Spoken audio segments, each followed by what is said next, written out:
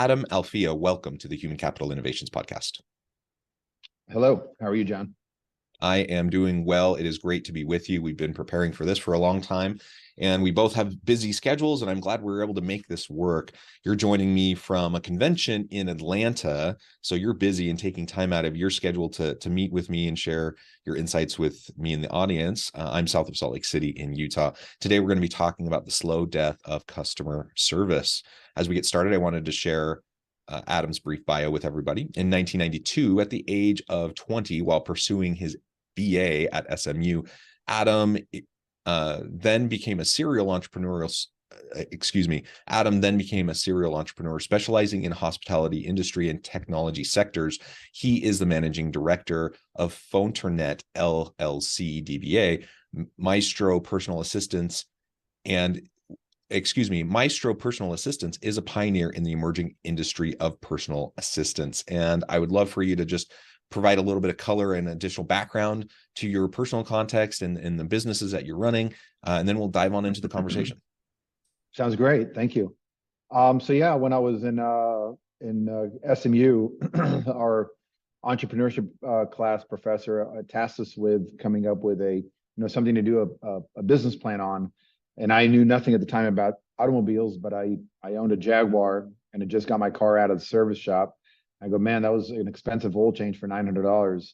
So I decided to do a business plan on auto repair for foreign cars, and ended up on paper it looked great. So I started an auto repair shop when I was still in college, grew those to 4 locations. In 2005, sold all of them, and went into the technology space. The PhoneTernet, as you mentioned, platform was right around the time that GM and OnStar were really taking off, and that was a GM product only. And I saw the commercials that they were doing and how the customer experience, and there's always something there for you to answer your call whenever you want it. So I decided to kind of duplicate that, but offer it to car dealerships. So anytime you sold a car, it came with your own personal assistant. And it went off really, really well. It was well received. And just a few years later, Infinity called us and said, hey, you have a bunch of our dealerships that are offering this platform. We want to take it under our wing and label it Infinity Personal Assistant and include it with every car we sell. We launched that, and now we support 4 manufacturers. We have Infinity, Nissan, Subaru, and Mitsubishi. Any of those vehicles, you push a button in the car for help, and you come to our call center, which is still is located in Dallas, but now after the pandemic, everybody's working remote. We've begged our employees to come back, and no go. So, now everybody's remote, which has actually turned out to be kind of a blessing in disguise. It's easier to manage. But nonetheless, since then, I opened a bunch of hospitality concepts, primarily restaurants, bars, nightclubs, etc. I was single at the time when we launched Infinity, and had a little bit of capital laying around, so we opened up a nightclub, and now we have between the nightclubs and restaurants, I think we've got close to 20 locations throughout the state of Texas, and now we're expanding our restaurant concept into various markets. Actually, the next market's here in Atlanta. So it's been a wild ride. While I've been doing all of that, I really, especially with the call center and being so hypersensitive to the customer experience, all that it takes to make a customer smile over the phone. Because you've called call centers before, and it's usually a very negative experience. Everybody dreads calling a call center. You always think you're going to get somebody in India or a low-level worker that really doesn't care. Our premise was the opposite. We want you to hang up the phone and go, wow, that was an incredible experience. Our motto is anything, anytime, anywhere. So you can call us with pretty much anything, and we'll do our damnedest to make sure we take care of it with a smile. So using that and being in that world for so long, and training our agents on how to sound happy over the phone, which is an art of itself. Now that I had restaurants, walking in there, a lot of times, especially on the newer places, nobody knew who I was. I was more of the guy behind the scenes. So I'd go in there kind of like a secret shopper, and I was unhappy with the things I was seeing. Not only that translated into negative Google reviews, customers not coming back because of the servers. And when I really did a deep dive, it's really the age group of, because waiters and waitresses, servers now they're called, used to be a career where you would have a server that was a server for 20, 30 years, and that was their job. And now it's more of a stepping stone for people coming out of college, people in college, kind of just to do for a couple of years and then do something else. And really with that, and it was with a lot of businesses, call center work, etc., you see that nobody chooses that as a career anymore. And really, when they are working, they really don't care as much as they should. And the customer experience really lacks and suffers because of all that. And I think it's generational, the generation of, all the kids that grew up behind their cell phones are now, they lack interpersonal skills. They can't read a customer's face when they know that the customer is not happy or not enjoying their meal. It drives me nuts when I go to a restaurant and, I think that the server should look at your plate before they pick it up. And if it's halfway eaten and not, it looks like you didn't finish your plate, ask, was everything okay? Can I get you something else? I see that you didn't enjoy your meal, but none of that is there. So now we're having to retrain our employees to really be sensitive to the customer experience. And really the reason we launched the real-time feedback platform was internal use, because I wanted the customer to let management know that there was an issue. And one of the things we found is, especially now, we would have a manager. We started a program where a manager would have to touch each table before the customer left, just to walk by. Hey, I'm the manager here. How's everything? Is there anything I can get you? And even then, people did not like complaining face to face. It was very, to them, it was a little bit confrontational if there was an issue. So they would refuse, they'd say fine. And we find that fine is another 4-letter word for not great. So we implemented the digital communication platform feedback in our restaurants, and it just really transformed the way we were able to react to the customer experience. And a manager would come over immediately. Hey, I just saw that you said that your crab was cold. Can I get you another plate? Let me make it up to you. Let me buy you some dessert or take care of your appetizers. And it won customers over because they were able to get engagement in real time, and the engagement started digitally rather than a face-to-face conversation. And I think that really is the secret, is to start them off on a digital experience and then end it off in a personal experience. Well, I love that. And you just laid out a whole bunch of examples. As I introduced the topic for today, I said the slow death of customer service, and you just gave us a bunch of examples of how customer service is often lacking in our experiences, whether that's in a call center, in a restaurant, or some sort of hospitality setting. Really, whatever we might be talking about, I think we've all experienced that, and the frustration that comes, especially if you're making the choice to go out, on a date, or with your partner, or with your family, to go have a meal, to go experience some cool thing, and then you have a negative customer experience. That certainly will impact your future decisions. And so it's really, really important for organizations and for leaders to make sure that they're training their people on how to be more effective in their customer service. And I love how you tie in the digital immediate response and feedback into this personal care touch. We've seen it. I've seen it both ways, right? I've seen it where you have the manager come by and say, "Hey, how was your meal?" Like you said, most of the time you just say, it was fine." You don't really want to get into it. You just say it's fine and move on. I've also seen where organizations have had the real-time feedback, the digital feedback, but the two aren't connected, right? And so you end up sending a survey response or a quick feedback response, and it doesn't actually change anything or do anything. It gives them some data, but it doesn't improve your experience in the here and now. And so what you're describing is a way to tie the two together, where I can provide real-time feedback, where that will then go to real people who will then be able to provide real personal touches to then address the issue. Maybe I go into the bathroom and the bathroom's a mess, and I can provide some real-time feedback, and someone can go not only fix it, clean it, but they can also stop by my table and say, "Hey, I'm sorry about that. What can we do to make it up to you?" Those types of little things can make a really, really big difference in the customer experience.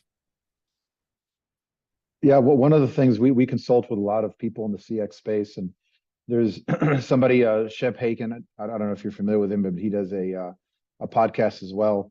And one of the things that I learned in working with him is that if you ask any customer that had an experience at a Starbucks or Home Depot, whatever it is, and you ask them point blank, what's the one thing you would change about that specific company? Most people right off the top of their head will list something that bothers them in some degree about that company. So one of the things that feedback tries to do is just the one thing. What is the thing that's bothering you right now? And we'll take care of it.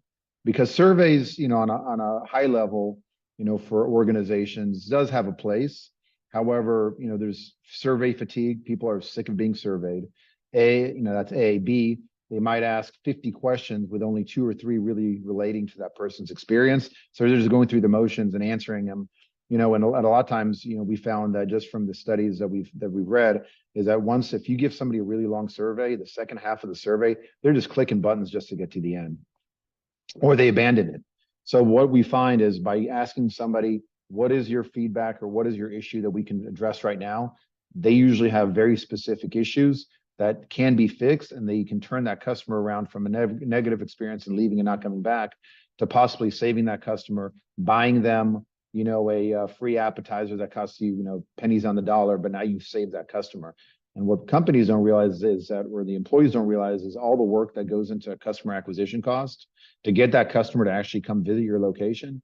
And one unhappy employee can ruin that whole experience. One of the things that drives me nuts is how poor of a selection some restaurateurs have on their for their host or hostess at the front. That is the first person that your customers interact with.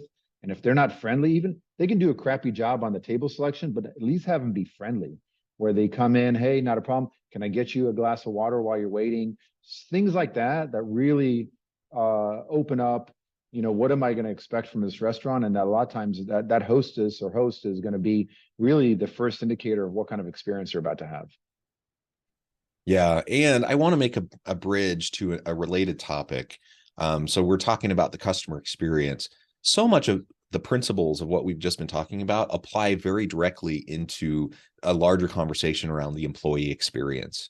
If we look internally within the organization, so often the employee is the customer of the organization, and there's service areas within the organization, such as the HR department, that in large part their purpose is to be the customer support center, right, for employees who need help with various things or have complaints or concerns or whatever. And how often do we have these same exact problems within organizations with our people where they're not having a good employee experience? And if we shift the framing a little bit and think about it in the same terms as we think about customer experience, if we want our customers to be engaged and to be loyal and committed and to come back again and again and again, we want those same things with our people, with our employees. We want to select great people. We want them to choose us, that we want them to stay with us. We want them to be engaged and loyal to us. And that then directly leads into better customer service and better customer experience. And so, the same principles that we're talking about in terms of opportunities for real-time feedback and then a personal touch point, I think it absolutely applies within a team setting as well. And I know that, as a manager and as a leader myself, that I love to get feedback from my people so that I know how to make adjustments if they're having a bad experience, if something's hurting them, especially before it gets to the point where they say, I'm done. I'm fed up. I want to leave. I want to go somewhere else. And I'm certain that in the hospitality industry, this is something that a lot of organizations can pay closer attention to, because it's a tight market and it's a tight labor market, and it's hard to get good people and to hang on to them. Right, and I'm glad you brought that up. So it's funny, about 40% of the feedbacks that we do get through the platform is from employees. So especially in the arena space, where on a given event they might have anywhere from 200 to 400 people there. A lot of them part-timers that are just coming there to get earn a little bit of extra money. So what they've done is, since they can't give walkie-talkies to every single employee in the building, and everybody has their cell phones, we buy branded URLs for every one of our platforms. So, for example, American Airlines Center is one of our longest, since 2019. They've been on the platform with the Mavericks and the Stars play, and they empower every one of their employees to now see something, say something. So we get stuff in all the time from an usher that sees a broken chair or a wet spill, where they just pull out their phone, they go to tele-AC, they snap a picture of it, they send it in central command. Their average response time is under 3 minutes. They'll respond back to the customer, to the employee, because they put in hashtag EMP in their feedback, which designates them as an employee, and the system catches that and says, okay, this is from an employee. And they respond right back saying, hey, John, thanks for letting us know. We're sending maintenance right now. And when you empower your employees to make a difference, and they contribute, and they see that the things that they're letting you know about get handled in real time on the spot, and that you're really making the place safer and you're enhancing a guest experience, that really drives people to have a better work. They're happier with their contribution. One of the things that we built was a anonymous feature. So now we see employees at various organizations will send in something and saying, hey, I've noticed that every time I come in, that my work area is dirty from the previous employee, or hey, I'm working harder than everybody else, but some of the managers overlook it. But it's giving them a voice to really, and they know that's a manager is getting their feedback. Think about, if you want to send anonymous feedback to your boss or a manager, you have to set up fake email address. I mean, it's a pain in the butt. But if I can go to a feedback platform that I know that is anonymous, and I can send something in, it really motivates me to be a bigger part of the, not just complain to my coworkers, but tell management about issues and have them fixed. Yeah, I love it. And I think we just need more of that open communication, excuse me, and constant feedback to be able to address the types of issues that people are facing in real time. So many of the traditional forms of customer feedback or employee feedback has been so disconnected and delayed from the actual experience, the point of pain, that by the time anything ever gets addressed, if it ever does, it almost doesn't even resonate with the person anymore. They don't even think about it or remember it. They just remember they had that bad experience and it wasn't addressed at the time. And so all of this, we have the technologies to do it. Let's do it. Let's integrate this into our organization. Whether we're talking about face-to-face, in the office employees, or remote or hybrid employees, retail or hospitality members and workers, or whatever the industry may be. I think the principles we're talking about here apply and can make a big impact on the attraction and retention of great people, which will then feed into better customer service and lead to the attraction and retention of good customers who want to stick with your organization, and will come back again and again and help you, to find success as a company, whatever your product or service may be.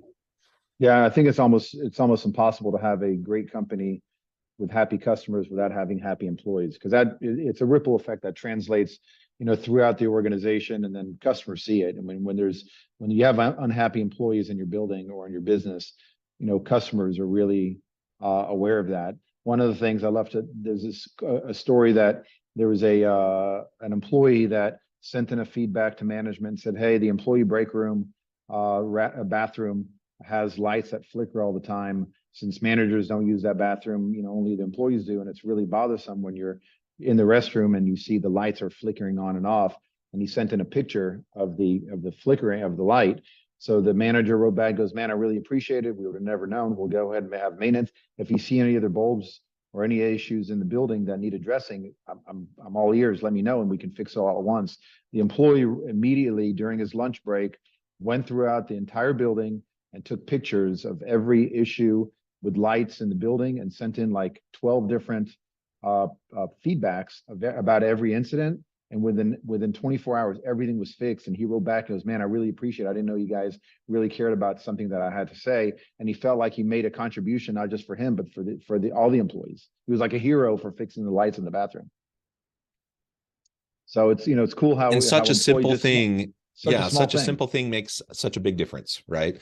Because it's really, it tends to be death by 1,000 cuts for employees or for customers. Like oftentimes, especially if it's a place someone likes, if traditionally and historically I've enjoyed being a team member and a worker in an XYZ organization, one little thing's not going to be enough to push me over the edge, but it's death by a thousand cuts. And it's all these little things that start to add up. Same thing with a really great customer, someone who's been coming to your restaurant for a long time, for years. One bad experience with a dirty bathroom or having a problem with their order or whatever, that's not going to change their overall behavior if they already have a good history and a track record. But it doesn't take too many of those experiences to start to erode at the trust that they have, and to realize, this isn't worth my time anymore.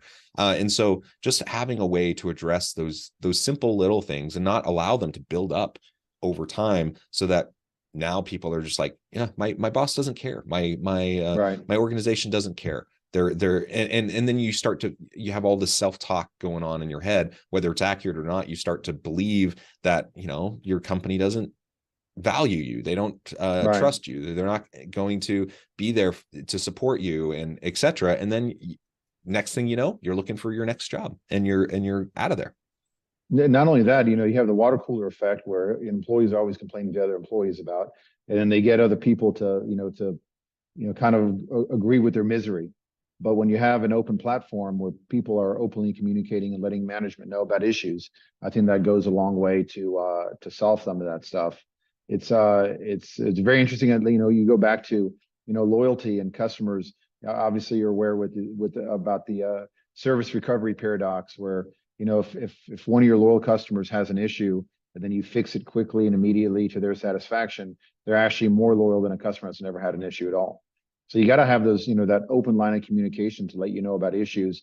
And also, I'm sure you know about CES, customer effort score, how easy it is for a customer to reach you and let you know about issues. Some companies make it so confusing on how to leave feedback, the response rate for the feedback. Walmart is one of the ones I always think about, because we've been trying to get their business for a long time. So before we have one of our meetings, we'll have one of our sales guys actually go through the complaint process on their website. And it's, sometimes it's 12 days, 13 days before anybody responds to you. That's just unacceptable, especially in today's world. Everybody wants everything now. Amazon has ruined, if we can't get anything tomorrow or the same day, we don't even look at it's weird, because when you look at Amazon now and you want to go order something and somebody says it'll be here like in 3 days, you go, what is that? I'm not ordering that. It's too long. Everybody wants everything now. And just the environment we live in now is everybody wants, if you're not taking care of me now, I'm going somewhere else. Yeah. So let's recommit to having really great customer service. And again, external, facing outward to our community, to our customer base and the people that we're providing products and services to, but also internally. Let's think about the customers internally within our organization. And let's think about the employee experience as well as the customer experience. If we can have better customer service, better employee service and experience in both areas, it becomes reinforcing. And a happy employee is going to lead to happier customers. Happier customers also takes a bit of the load off of employees, who often get stuck in the middle trying to help the customer to be happy with their experience, but also having to be the ones that are dealing with maybe less than ideal circumstances within the organization, who are dealing with challenging policies or whatever. And so when the customers are happy, employees also tend to be happier, and they're able to provide better service. And so let's just create a mutually reinforcing upward spiral of just great positive experience. And it starts with organizations investing into these types of systems so that we can have regular feedback loops. And like you said, the technology to provide immediate feedback, and then the ability to connect that back to a real human touch point where you can get personalized attention. It'll make all the difference in the world. Well, Adam, go ahead. Yeah, I was going to say, it really takes a commitment. A lot of companies, if you ask pretty much anybody that's in the customer service space at a large organization, said, do you want to have happy customers? And they go, oh yeah, of course we do. But really, very few do take the commitment to actually do things to improve that customer experience. And one of the things we always ask in the beginning of a pitch with a new client is, do you really want to know? Because there's a lot of organizations with their head in the sand, and they don't put the tools in place to gather real-time feedback. But one of the questions is, do you want a commitment? Because once you know, your customers now expect, if you tell customers, hey, scan this QR code, let us know about your experience and we'll try to fix it, and then you send that in and then nobody responds to you, then that's worse than, you might as well not have the platform at all, because now you're making a promise that you're not delivering on. Yeah, absolutely. Well, Adam, this has just been a really great conversation. I know at the time, and I need to let you go here in just a minute. But before we wrap things up, I wanted to give you a chance to share with the audience how they can connect with you and find out more about your work, and then give us the final word on the topic for today. Sure. Yeah. So they can get in touch with me. The company's Real-Time Feedback. The website is realtimefeedback.com. My name's Adam Alfia. I'm on LinkedIn. We are passionate about communicating customers, employees, and companies to make sure that everybody has a open dialogue and fix issues in real time and try to address issues before they fester. Nobody likes to, have things that bothers them for a long period of time. And we help, connect that bridge. Wonderful. Thank you so much. Again, I encourage my audience to reach out, get connected, find out more about what Adam and his team can do for you. And as always, I hope everyone can stay healthy and safe, that you can find meaning and purpose at work each and every day. And I hope you all have a great